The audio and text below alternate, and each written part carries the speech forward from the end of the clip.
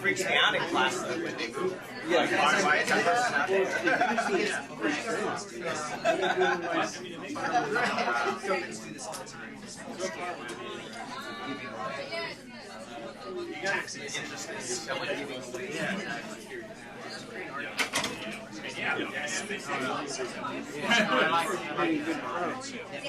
We have a document that has very open space. And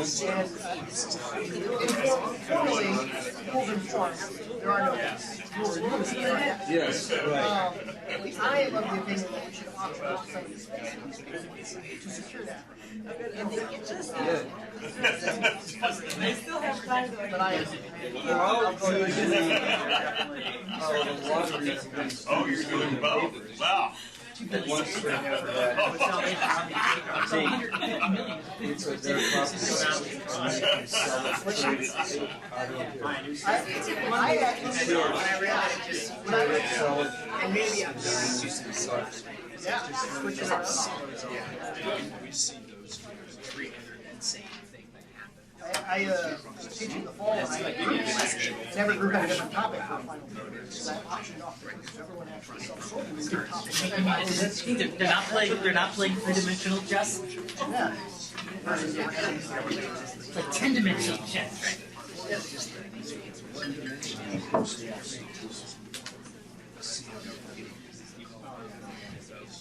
Have you ever watched Is that this great? on Casey's online? thing goes on. Yeah, I have. Anybody Yeah, here I play this actually game? I watched maybe one or two of them. It's a good angle. No, You can't really see the that's- person's face and facial expression. I bet I'm caught on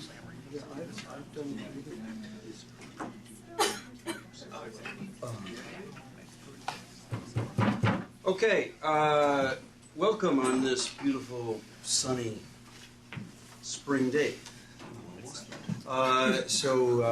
Claudia, we have Bill here, and presumably this is your course. This is Sean Nicholson-Crotty from SPIA. Great. And the third principal on this project, Don Gerhardt, is listening in via streaming. Oh, great. Yeah. Good. So Bill knows the rules. Great crowd. You get 5 minutes, and then we'll jump in. Okay. Let me give you a little bit of background on the project. This work originally started when Sean and Don and I were invited by NASA to devise a new rubric for assessing the research productivity of the International Space Station. And we soon were schooled on the realities of what basic research looks like in the hard sciences. It is a lot of moonshots, very low probability, high variance, long-term bets. And while that may be the reality, the problem lies in trying to make sense of whether projects like Station are doing well. Are they on the way? And if you believe NASA, the station is doing tons of neat stuff. And all we got to do is keep shoveling large sums of money at it long enough. Come the millennium. It should be noted that NASA tends to classify anything on the station as an experiment. An espresso machine was assigned as an experiment. I can also tell you that experiment was chucked out the airlock by Mark Kelly, one of the 1-year astronauts. He's apparently not a coffee guy. And so we began to think about this, and we realized that the problem that NASA faced is really the problem that all of us face in making sense of our own research programs and evaluating other research programs, that we are in the business of making long-term bets, and how would we assess that? And actually, Don came up with the term waypoint, that there are milestones or waypoints that one could look at in trying to assess basic research that has no particular endpoint or no well-defined endpoint. And so we devised a empirical rubric for NASA. Newsflash, they didn't like it. It did not promise to show their work to effect, and therefore they did not like it. And what you see here is an attempt to back off from the empirical part of that work to understand the theory of it. That is, if we had, well, we call it a program officer, but an evaluator, trying to make sense of a long-term bet, and they had some indicators which are essentially Bayesian updates, or indicators that allow Bayesian updating to occur, how would that process work? How would that process work, especially if the principal investigator is a strategic player and invests in waypoints or in the activities that generate waypoints or not as a function of costs? How does that play out, and what kind of waypoints would a program officer, an evaluator, like to have, and in particular this trade-off between what we call necessary and sufficient waypoints?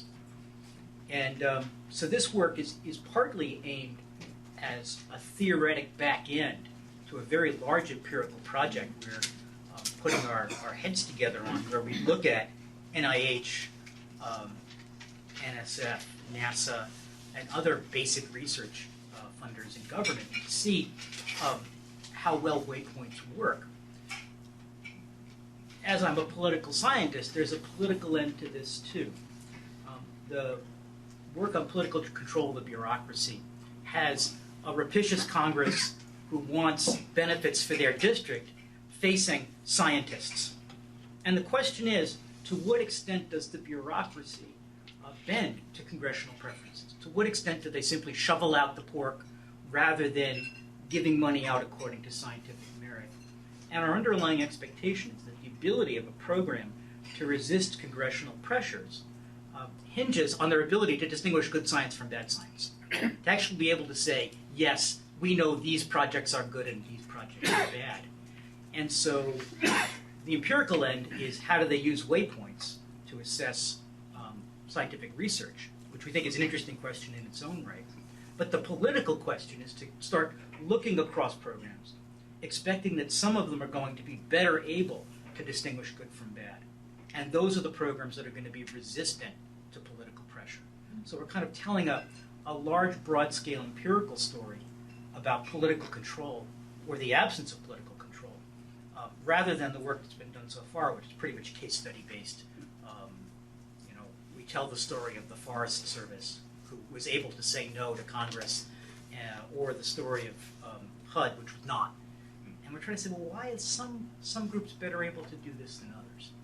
But what you have before you now is a really a piece of a larger puzzle, and I thought it was appropriate for the workshop. And so what do you think of this piece? How does it map? How is it a suitable foundation for empirical work? That's what sort of we would like to know today. Okay, open it up.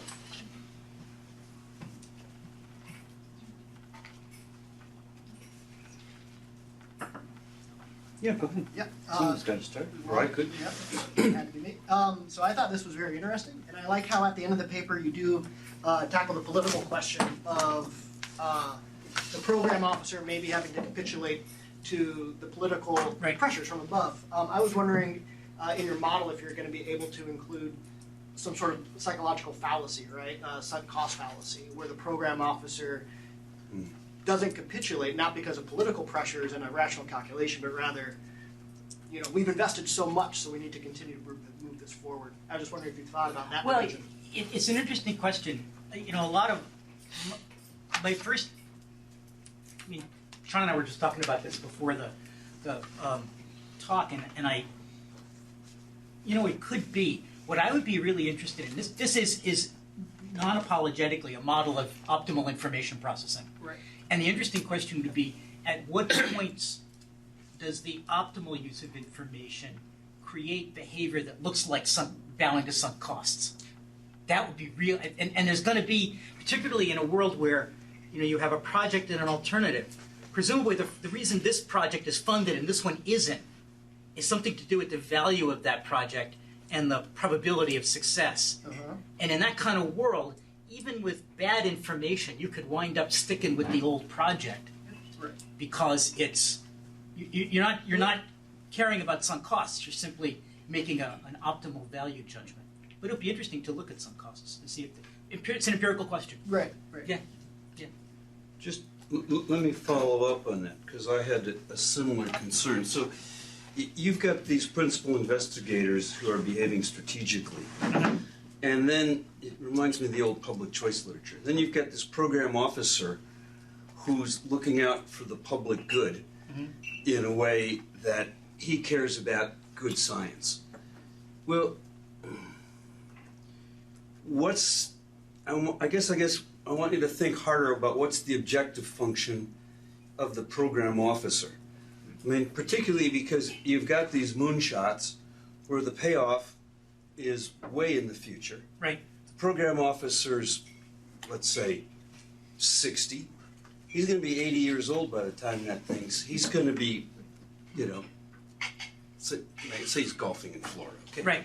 So he's not going to care 20 years. So he's carrying, and there's no discount rates in here.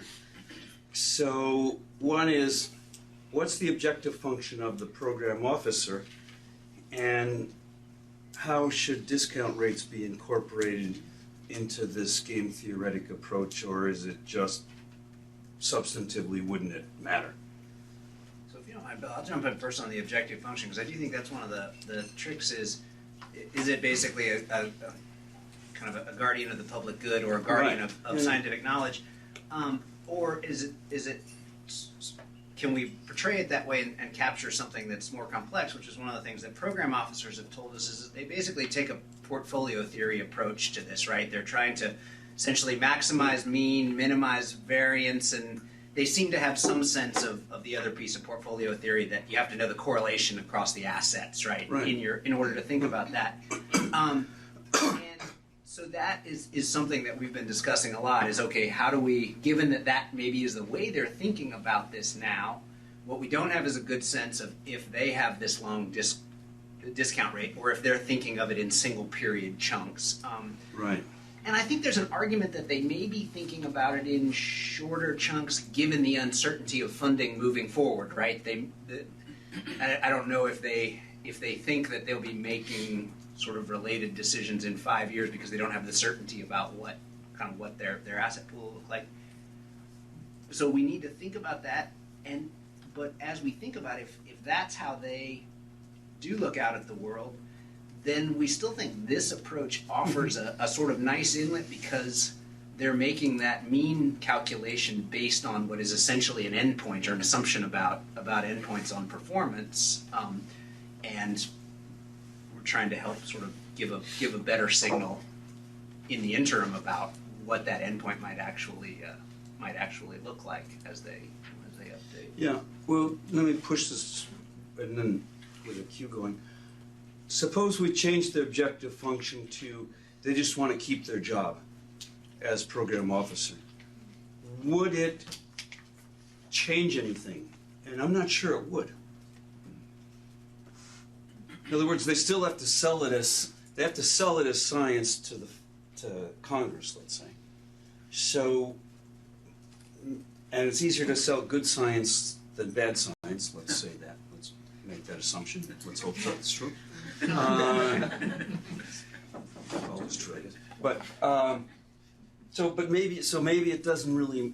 Maybe it's not as important. But I mean, you think you should play around with this, because you've got strategy on the PI, but no strategy on the program officer. So it seems somewhat asymmetric in terms of their objectives.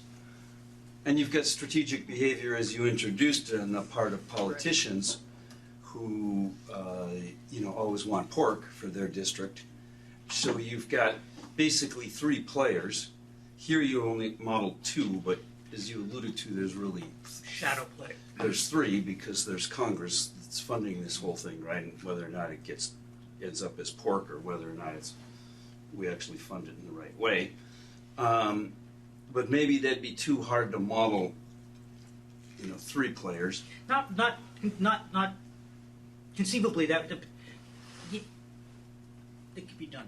Yeah. The thing I'm thinking of, one of the things that got me started on the political end of this, is if you tell the pork barrel story, you wind up seeing a Congress where representatives from districts that get a lot of grants self-select onto the committees that approve Right. those, that fund those grants. Sure. And what's interesting is that there's two states of the world that are observationally equivalent. State number one is those grants are given out purely on political factors.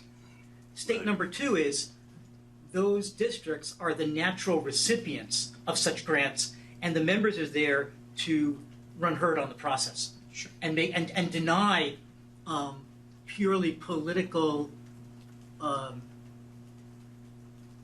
allocations from being made. Right. And so yeah, you could. I mean, it's an interesting. Where I thought you were going is, what if the program officer doesn't care about innovation? What if the program officer just wants they to may not. They just want to keep their job. And what I see in sort of Congress versus the bureaucracy is a sort of a conditional bargain, where I don't think members are rapacious seekers of pork. Some are. But some are willing to say, okay, I'm willing to not take every last penny if you can tell me it's well spent. Or I've got to defend this project against all those crazies out there. Right. You have to give me some indication that I'm not going to spend political capital to do that unless you can tell me. So it's going to neck down to some ability to assess, not just at the beginning, but in midstream. Think about, today the Trump budget came out, and the proposal is to transition station to commercial control, which is fantasy. But okay, it's not even fantasy. It's not even science fiction. But there's going to be a real question asked, which is, what are we getting from station? Which is really a question of what will we be getting? How can we tell that all the stuff you're doing now is on the way to producing good outcomes? Right. And if you can't do that, you're in trouble. Okay, Barbara. Yes, I found this paper interesting, and I found myself asking the following question. A couple of questions. It's not clear to me what is the unit of analysis for decision making. And let me clarify. When you look at organization behavior, the field of organization behavior, they're very clear that you need to develop your hypotheses based on 4 different levels of analyses. Is it the individuals in organizations? Is it groups in organizations? Is it the organization itself? Or are they groups of organizations? And I'm not sure focusing just on the decision making of a couple of people is really going to get you as far as you want to go. And let me give you a quick example. These people reside in bigger organizations, and so there's a whole literature, for example, about regulatory capture. So I don't know to what extent you're taking into account that the decision making by individuals within certain groups, and particularly government groups, can be what is described as subject to regulatory capture, so that affects how they make their decisions.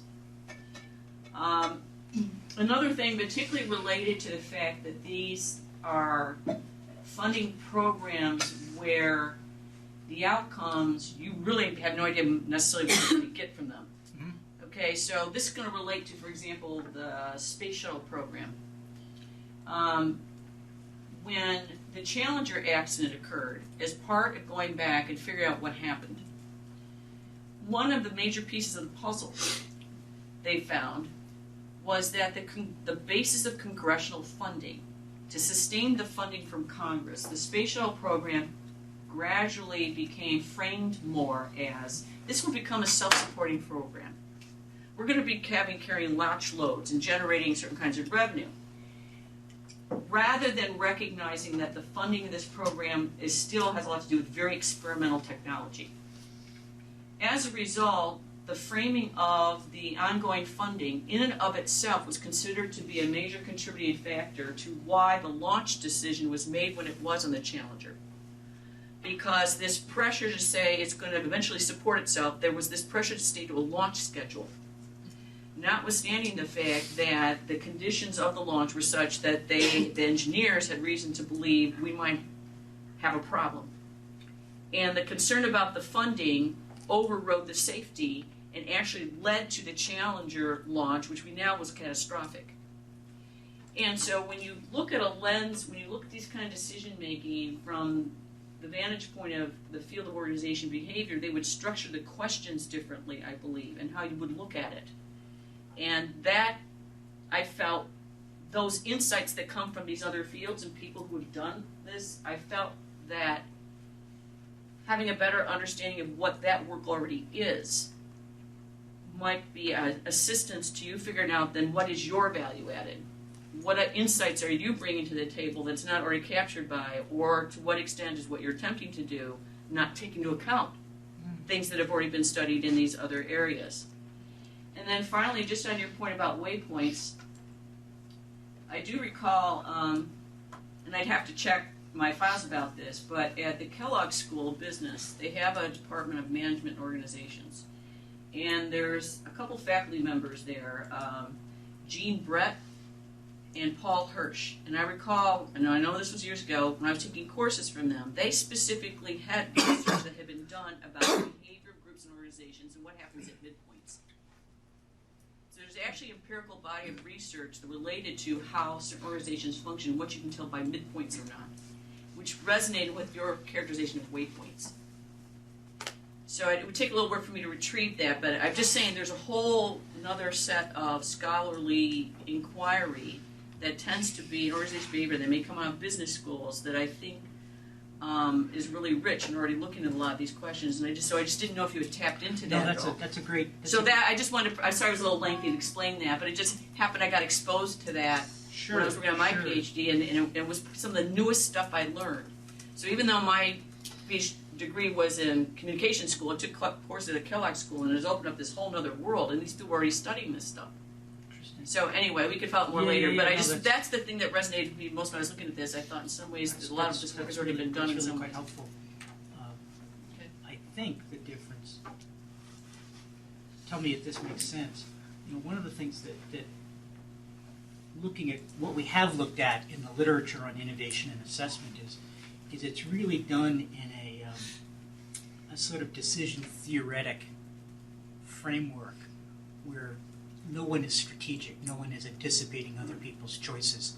It's almost as though the scientist does his or her work in the lab, and they let it all happen as it happens, and if they hit the midpoints, if they hit the waypoints, great, and if they don't hit the waypoints, well, that's the way science goes.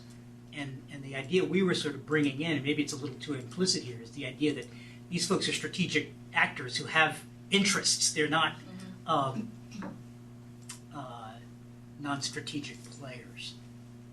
Well, that's why when it comes to the role of government, and the role of government making rules and decisions, including funding decisions, this is why there's rich literature on what's often referred to as regulatory capture. It's just an example of it. That in fact, that when you have an interaction between government and certain kinds of industry entities, that the nature of the long-term relationship is such that it affects the decision making. Yeah. Okay, and so I didn't know how even that was coming in to play here. So I can speak to a couple issues. I think it's a great point, and it's one of the challenges I think of doing either decision theoretic or strategic player work in individuals at any point if they're embedded within any type of organization. A couple of points I would make, and I think it's something we really need to think about. One is that as we talk to program officers, we got a very different sense of the degree to which organizational structures and mandates bore on the decisions that program officers were making. NASA people feel very driven by science. NSF people feel very driven by their lawyers. And it was, I mean, I've studied organizational culture for years and rarely tried to quantify it, but occasionally you come across, you're like, wow, this is it, right? This is exactly what people are talking about.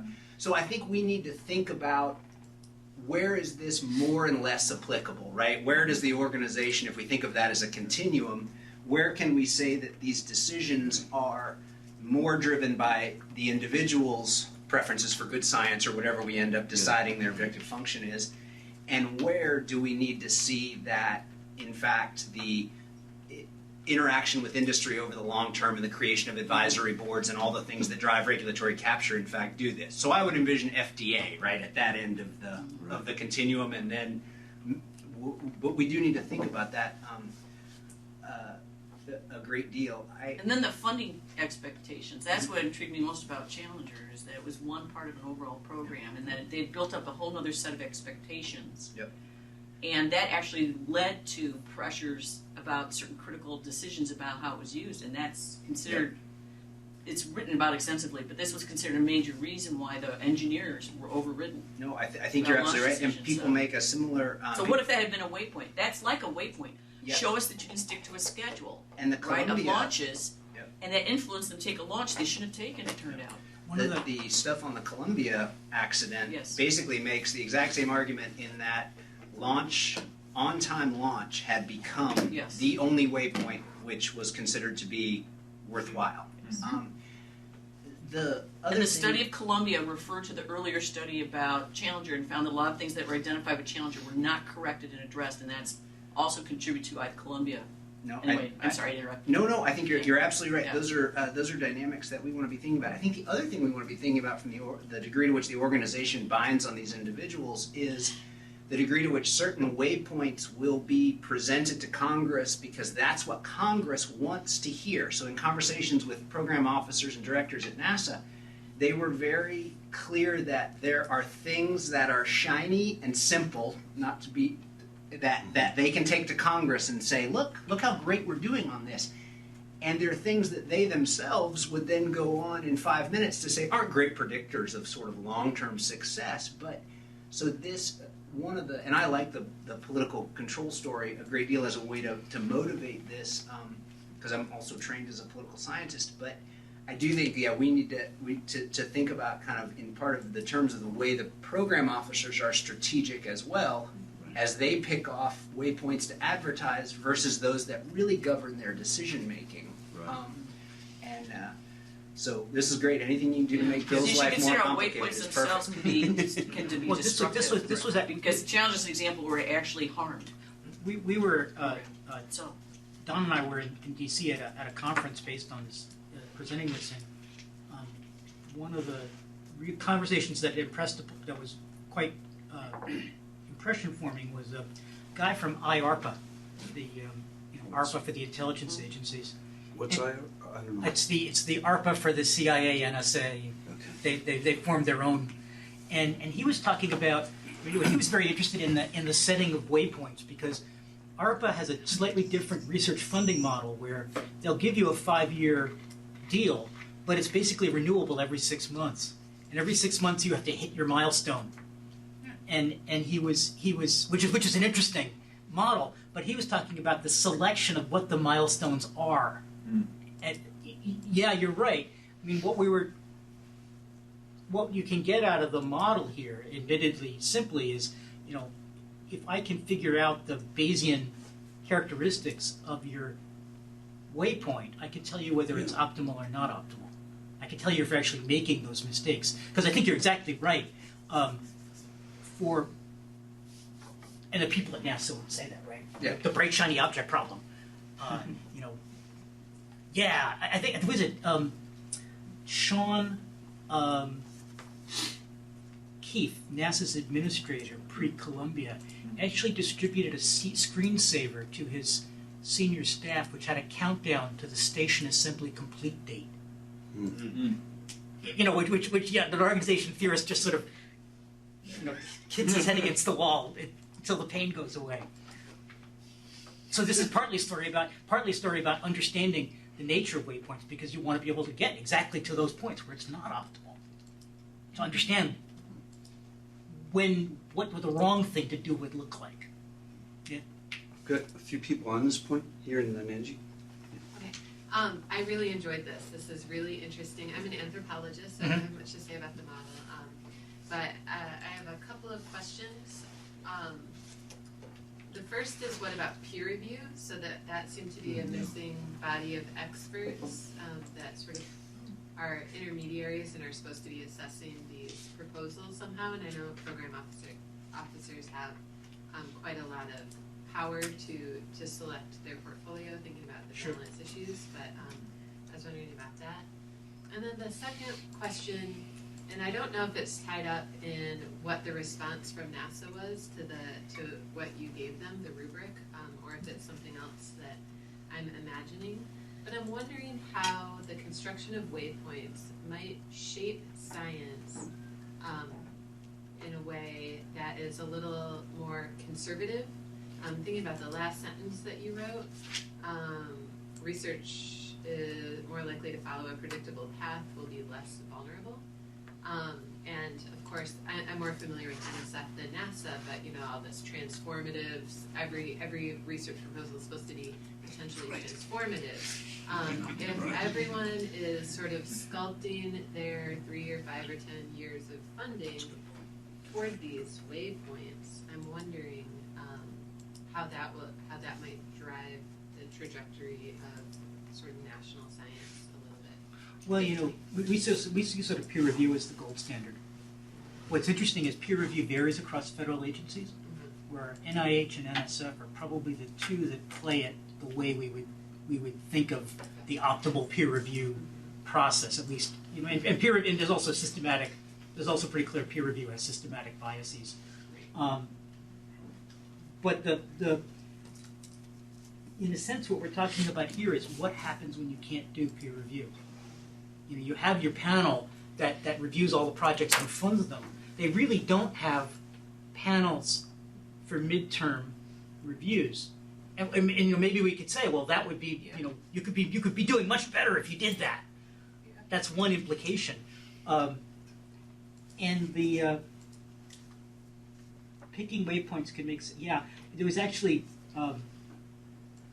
there's a version of this game that I didn't put in the paper where selecting the waypoint or pursuing the waypoint reduces the likelihood of transformational outcomes, or increases it. Like it's just a parameter. You know, it can either have it or double it, and it does it. There are times when and we've also framed this in terms of an either or choice. You can imagine a choice where the program officer has to fund a bunch of programs. In that case, you can get outcomes where I refuse to pursue the waypoint because that'll lower my chances of producing transformational outcomes, and I get picked anyway. Because failing to hit the waypoint is worse than not pursuing it. If that, so yeah, there's yeah, exactly. Thanks. I think that peer review too is great because in conversation with program officers, it seems to be the way they set their prior, right? We have very little information except what people in the discipline say about this, because and repeatedly, like, this is not something I know anything about, so I depend on this panel of expertise. And then above a certain level, we fund it, and that gives me an expectation about how good it's going to be. Particularly, I have to rely on that expectation if this is a younger faculty member, someone that, right, I don't necessarily haven't funded their research before or something. But then after that, again, as Bill said, without further panel review, I don't have a clear idea then of how I'm progressing towards that expectation of success or failure down the road. But I think it's and so we need to make sure that it's, you know, incorporated in the story, that's kind of what kicks it off. You could imagine peer review would have some systematic biases in terms of false positives, false negatives. You know, my own experience on panels is that you can get into a organizational thing where, you know, everything is terrible. You ever had that, like you're going through 100 proposals and you can say a bad thing about every one, and you know, at the end of the day, the program officer looks at you and says, "Well, I got to fund something. You know, what do you like, or what sucks less?" Well, actually, I think it's 2 stages. Having written lots of reviews for NSF, and then having been on the NSF panel, where you sort out those reviews, you have false positives. I mean, I typically won't review something unless I'm predisposed to liking it, because, you know, I don't want to. It's the tenure letter phenomenon. Yeah, tenure, right? I mean, you just don't write negative tenure letters because you just say you make up some excuse.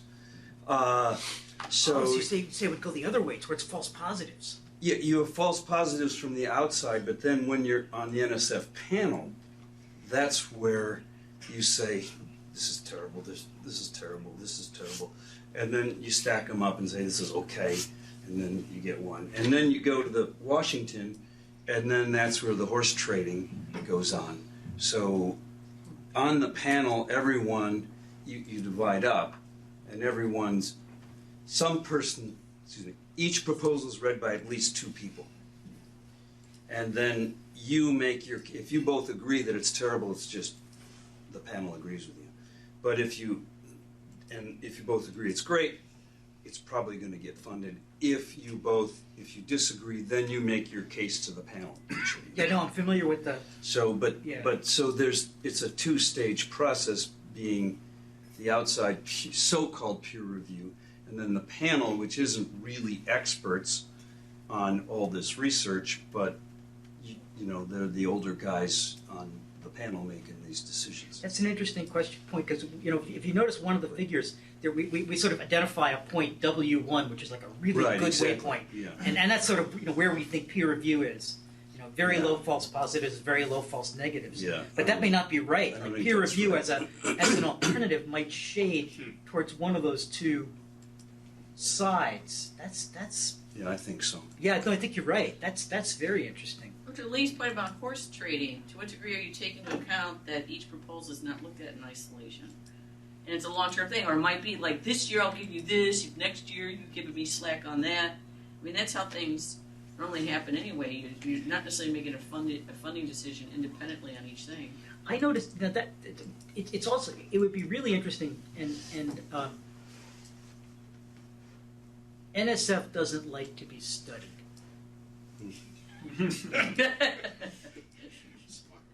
And whereas NIH and NASA do. And one of the interesting questions is, to what extent do panels have that kind of horse trade dynamic to them, or not? I mean, I was on the political science panel, and that was actually the safest way to get a project rejected, was to offer it any sort of trade. Mm-hmm. Whereas I think, if I understand it, in the economics panel, that's just coin of the realm.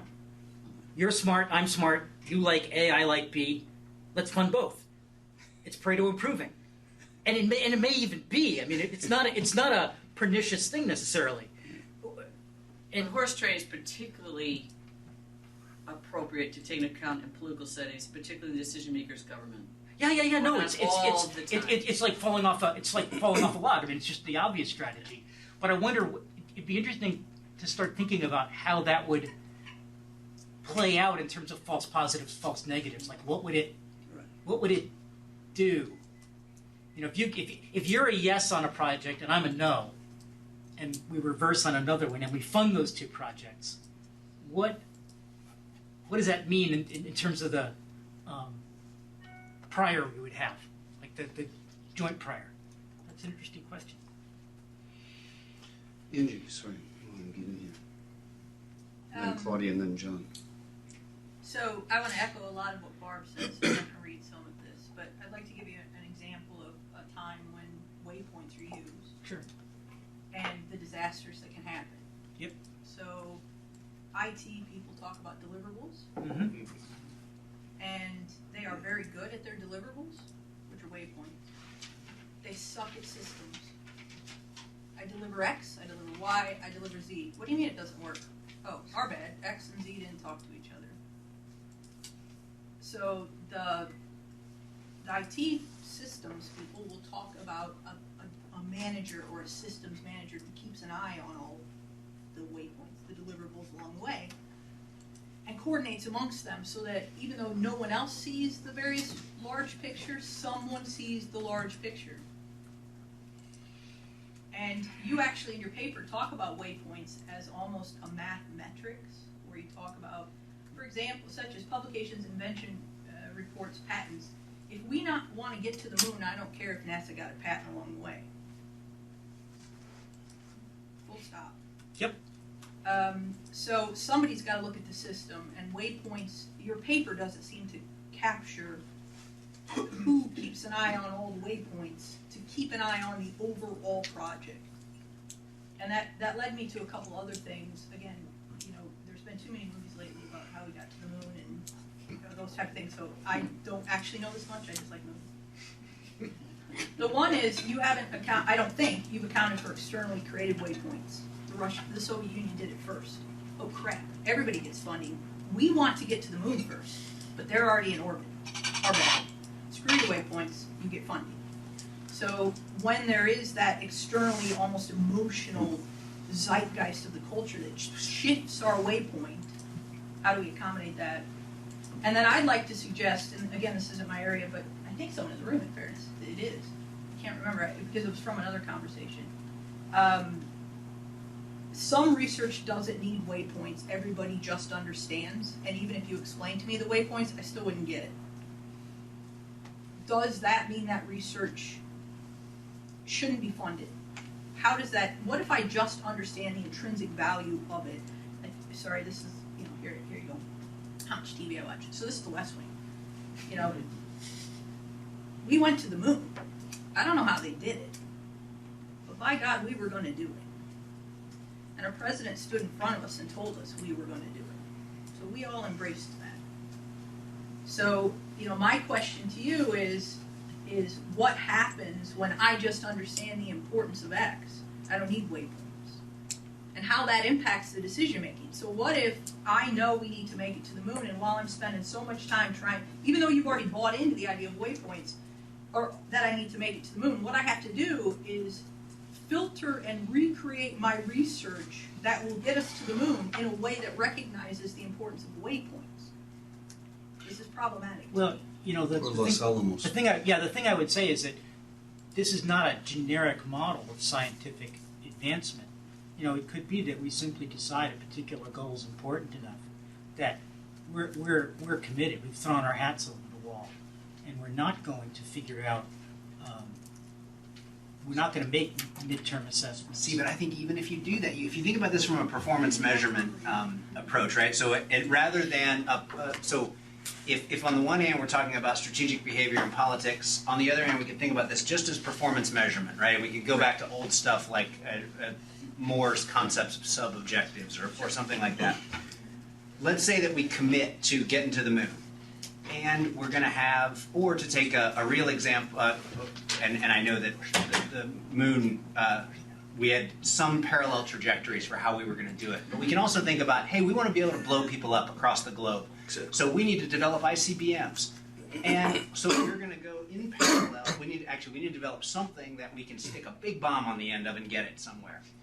And so there was a competition between whether we would put those on trucks like everybody else, including the Russians or the Soviets were interested in doing, or put them in silos. And so so we have this end goal, we all agree on it, but the way I think about this project is more from the concept of the person who actually has to achieve that goal. So they're going to want to measure performance on the way to decide whether or not track A or track B is more likely to actually get us there. Right? So not that even if they're committed to the long-term, particularly if they're committed to the long-term ideal, they're going to want to be able to pick a waypoint that is a better interim measure of performance, a better sub-objective, a better midpoint from the business management literature.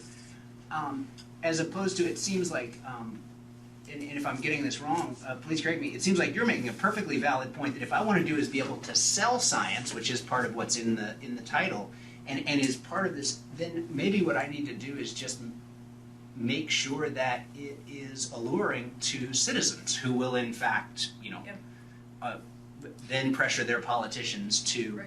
So I think we're thinking of it more from the performance management side, the person who actually has to make these decisions along the way that pushes it forward, rather than the kind of public opinion or support side. But I think your point is very good, because that could have significant political implications. Let me just. It impacts us as a person too. You can't ignore that. Let me follow up. One thing, touching on the moon program, you've touched on something I actually know something about, and one of the things I've spent I don't know much other than one of the things I've spent a lot of time reading, and this is my inner geek. There was a guy named Bill Tyndall, and he was in charge of what they called mission techniques, how you fly to the moon. and he wrote memos called Tyndallgrams, which were how he would say what's going on. And they're really quite funny. He had a good sense of humor. And in 1967, one of the things he spent a great deal of time on was the computer program for the lunar module, which had to do a lot of things all at once that had never been done before. You know, predict where they were going to land, run all systems, and the program was being written at MIT. It was called Luminary, and there are all these memos about Luminary, about, you know, they're working on this and it's too damn big and it runs too slow and it's incredibly buggy, and it's all about fixing milestones because they had an alternative. They were going to let IBM do the damn thing. And so the goal really wasn't in question. We're going to the moon. But how you go to the moon resolves down into a set of choices about architecture. And that's where we're going down to that point where there's somebody who has to make that choice of are we doing okay?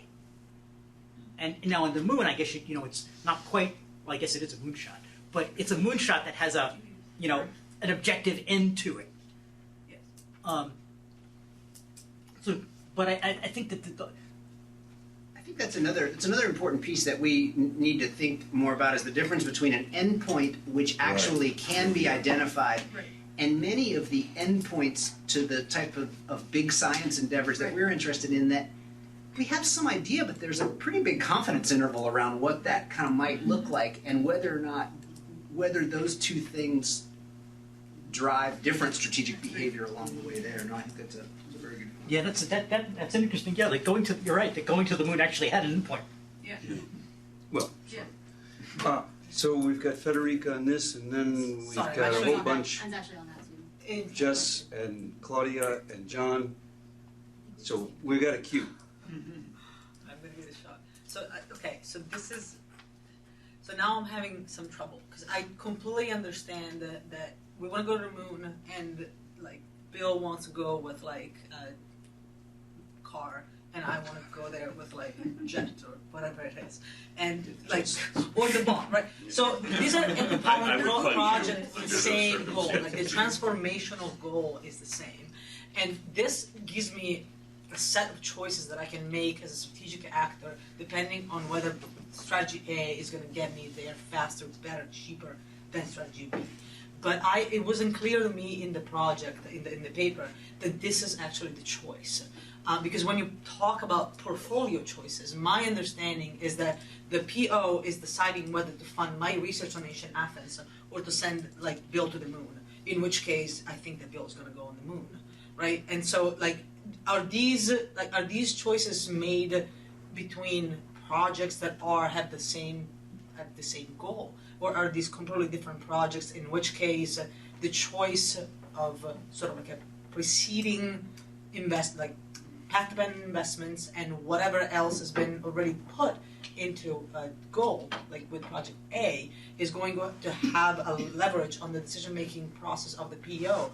That A, which does not really appear in the game, right? Like the choice here is between a project that I already have put plenty of money into and perhaps a completely different project that I have spent no time or effort on, right? And so I think it's going to be a different question to decide. It's going to give you a different waypoint if you're analyzing a component project, if you're not analyzing a component project. I guess that's the best way of summarizing it. I mean, I think we envision, by focusing on program officers, a relatively homogeneous choice set.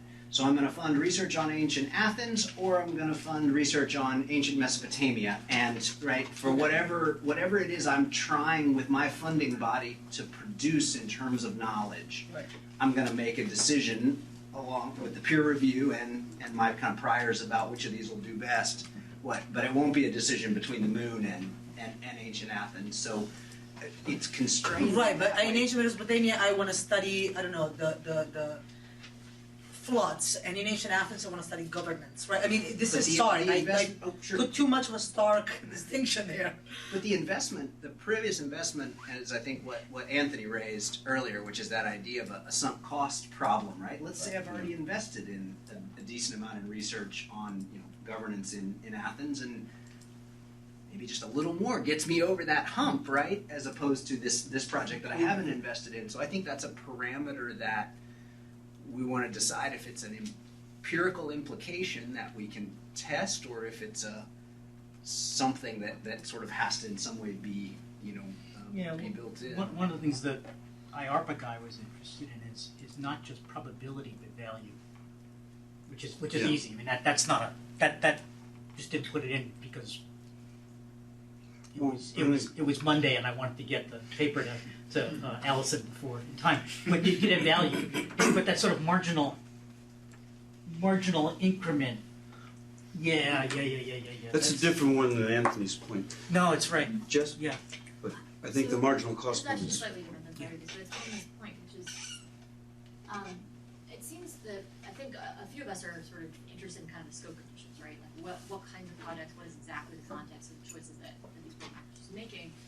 To me, the major scope condition that I would really be interested in is it depends on the nature of the problem we're trying to solve. Right? So if we think about sort of problems that have predictable outcomes in the long term, getting to the moon, right? We know what the end goal is, we know what would be transformative. For a lot of the projects that I assumed you were talking about, we actually don't know what transformative looks like.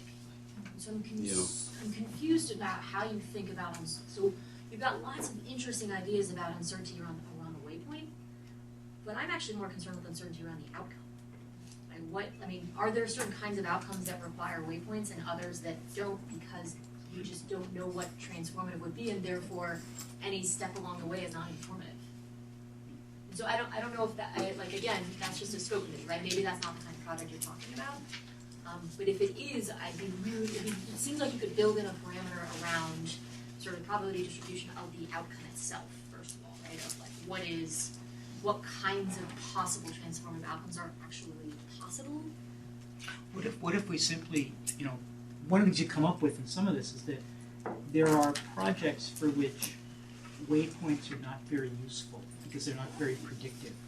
And I suspect that's the kind of project you're talking about, where you just don't know what, But that could be for two reasons, right? It could be because the waypoint is not informative, and it could be because the outcome, we don't know what we don't know what a good outcome would be. Yeah, I would say that not knowing what the outcome would look like is a sufficient condition for saying waypoints are not going to be very predictive. Well, But you that still have a problem, right? Right. Of a waypoint, of the pool, like sort of semi-pooling problem here, right? Right. And Right. a bad outcome, or a questionable outcome means you wouldn't be able to learn anything from a waypoint, but you could have a waypoint that may or may not tell you anything. Then, right, if the outcome is sufficiently confusing or if it's not. Well, we've actually looked at commercialization data on station, and so we have data on, and Don went through every station research project and found out whether there was any sort of commercialization outcome, which turns out not to be the easiest thing in the world to do. And we also know whether they hit waypoints, like whether they filed a patent. Now let's think of a world where patents are a necessary condition to commercialize a technology, or a near necessary condition. Then that would be a very predictive waypoint. Now it turns out that, and I've had to learn about this, that there are reasons why you don't want to get a patent. Like you can keep knowledge confidential by trade secrets, or production secrets. And so the question of whether a patent is a good waypoint to predict commercialization. See, I see a bigger challenge from this, because if a priori I can identify whether the endpoint is fixed in some way, Right. then I can just set a threshold at which I say waypoint's good, waypoint's bad. But let's say that I don't have that, and I end up measuring commercialization, which was in fact just serendipity, right? I didn't know what the outcome was going to be, and I got this commercial product, the microwave, or whatever, right, the case might be from. So in that case, I basically introduce bias into the estimation by assuming that these things were going to be accurate on But you could actually build this into the model in an interesting way, which is that in one version, right, you compare versions of the model where the PI and the program officer have the same ideas to what would be transformative, and another model in which they don't.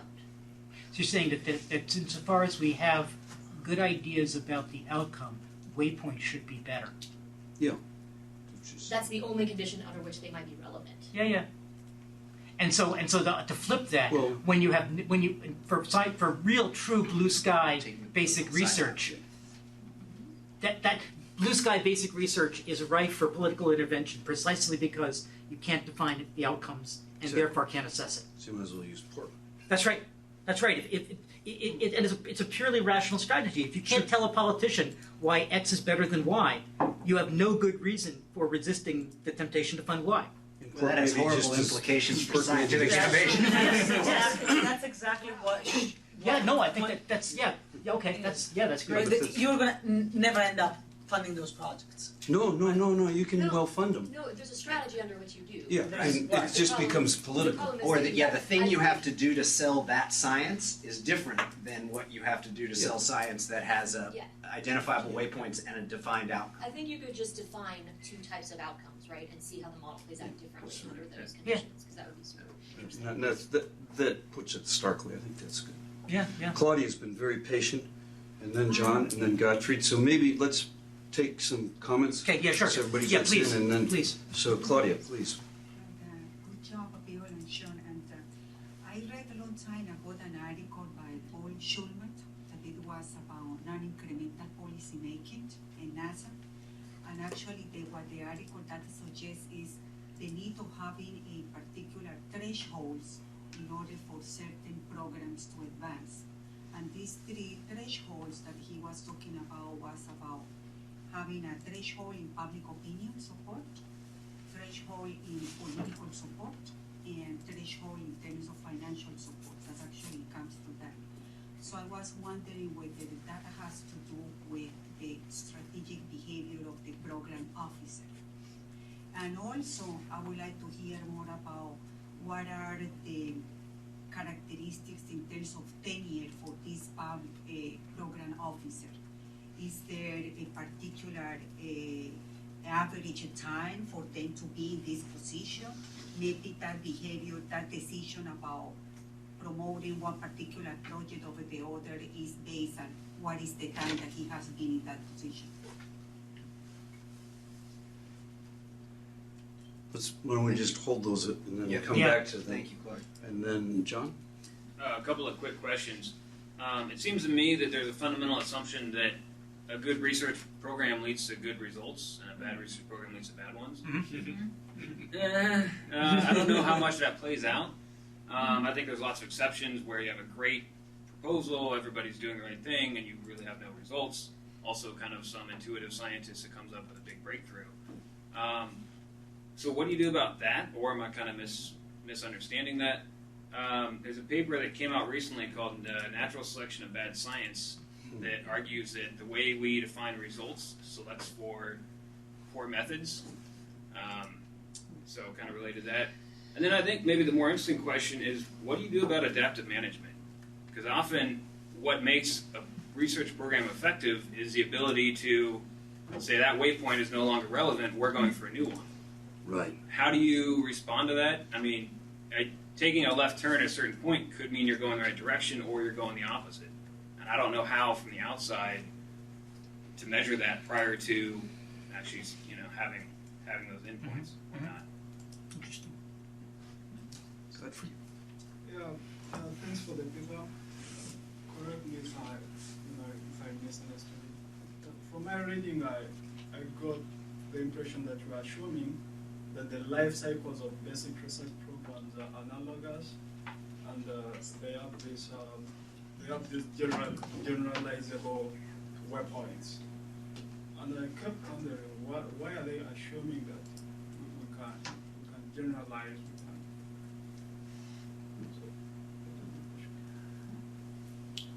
That's very good. And there's I'm happy to talk with you more about, because we've thought in other parts of the project about the fact that they probably are not generalizable. There are subsets which are more and less applicable to different to different types of research. Different types of outcomes. And I've got more of a comment than a question. You've talked to some program officers, and you may want to talk to some PIs. I had the pleasure of taking a 10-hour flight, and my seatmate was Craig Ventnor, who isolated DNA and walked away from NIH in a huge battle because he said everybody at NIH are complete idiots and they don't know what in the hell they're doing. And he went off and got private funding, and now is a gazillionaire. It's nice work. Yeah, he interesting guy. So my kind of research paled when Seton says, "Oh yeah, well I isolated DNA. What do you do?" Not much. I got this regression.